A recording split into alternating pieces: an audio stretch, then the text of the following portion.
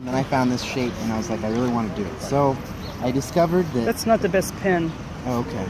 Yeah, probably something flowy would work the best for me. Here's two that are blue. Okay, that works great, yes. I like these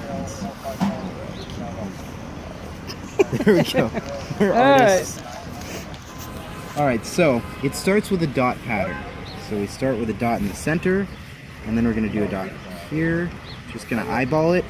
The whole premise of this is that we're doing geometry using eyeballing skills. So, let me do the whole thing for you.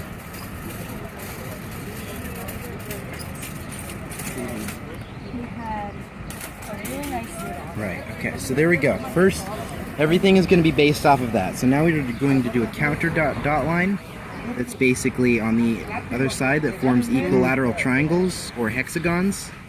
See the hexagons? Yep. Oh, and by the way, that first line has 7. Right, 7, 6, 5, and then 4.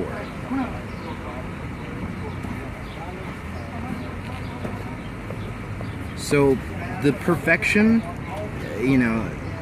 subjectively, of your finished shape is based on how this dotted pattern, how accurate it is, according to, the perfect accuracy of the measurements. But since I'm eyeballing it, I've practiced a lot, so I've been able to eyeball it pretty well.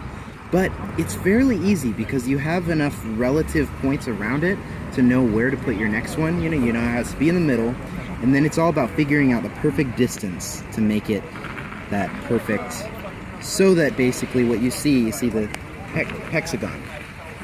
So that's what it starts with.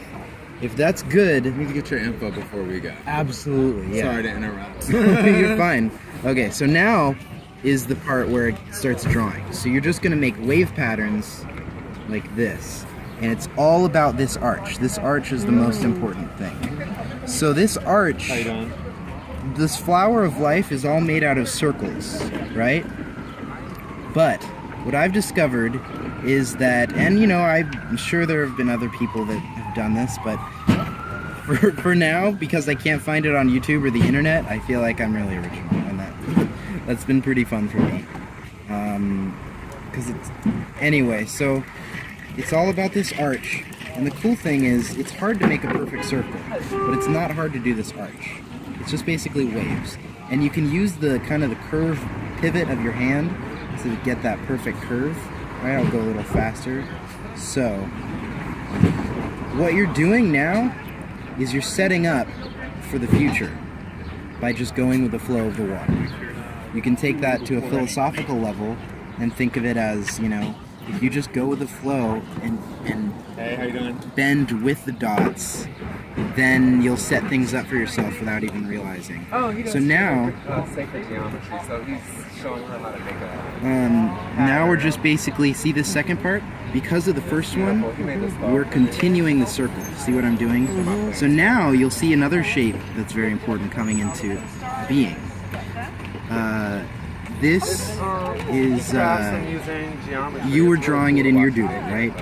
This is, you see it in Japanese culture a lot, in their textiles. It's really beautiful.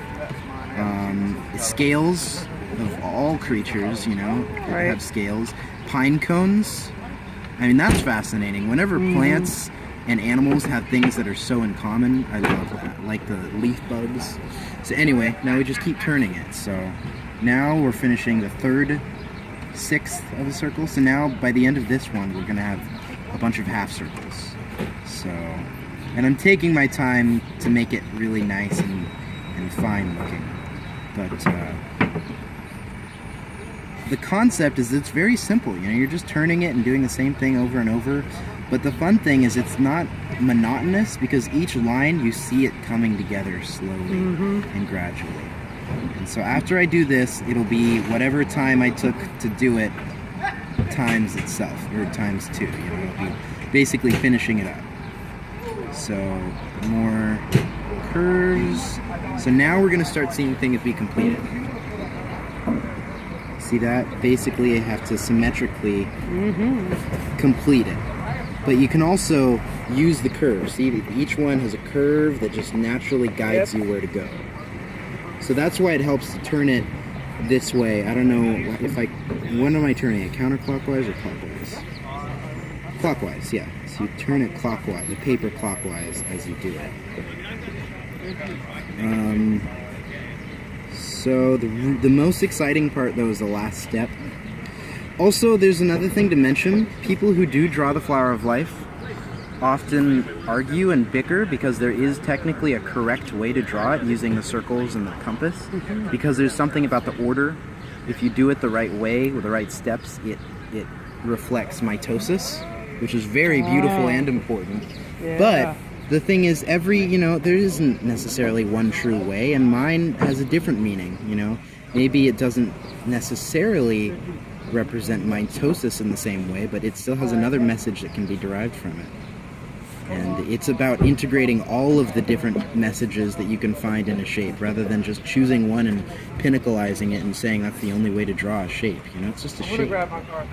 So anyway, We may not know what you've discovered yet. yeah. So there we go.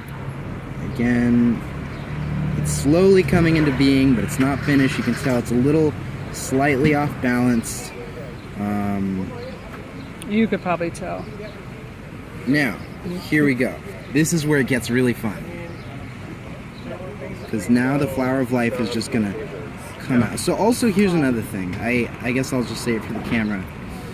Right, I talked about how if you can use a compass or a disc or something, and make some mathematically perfect.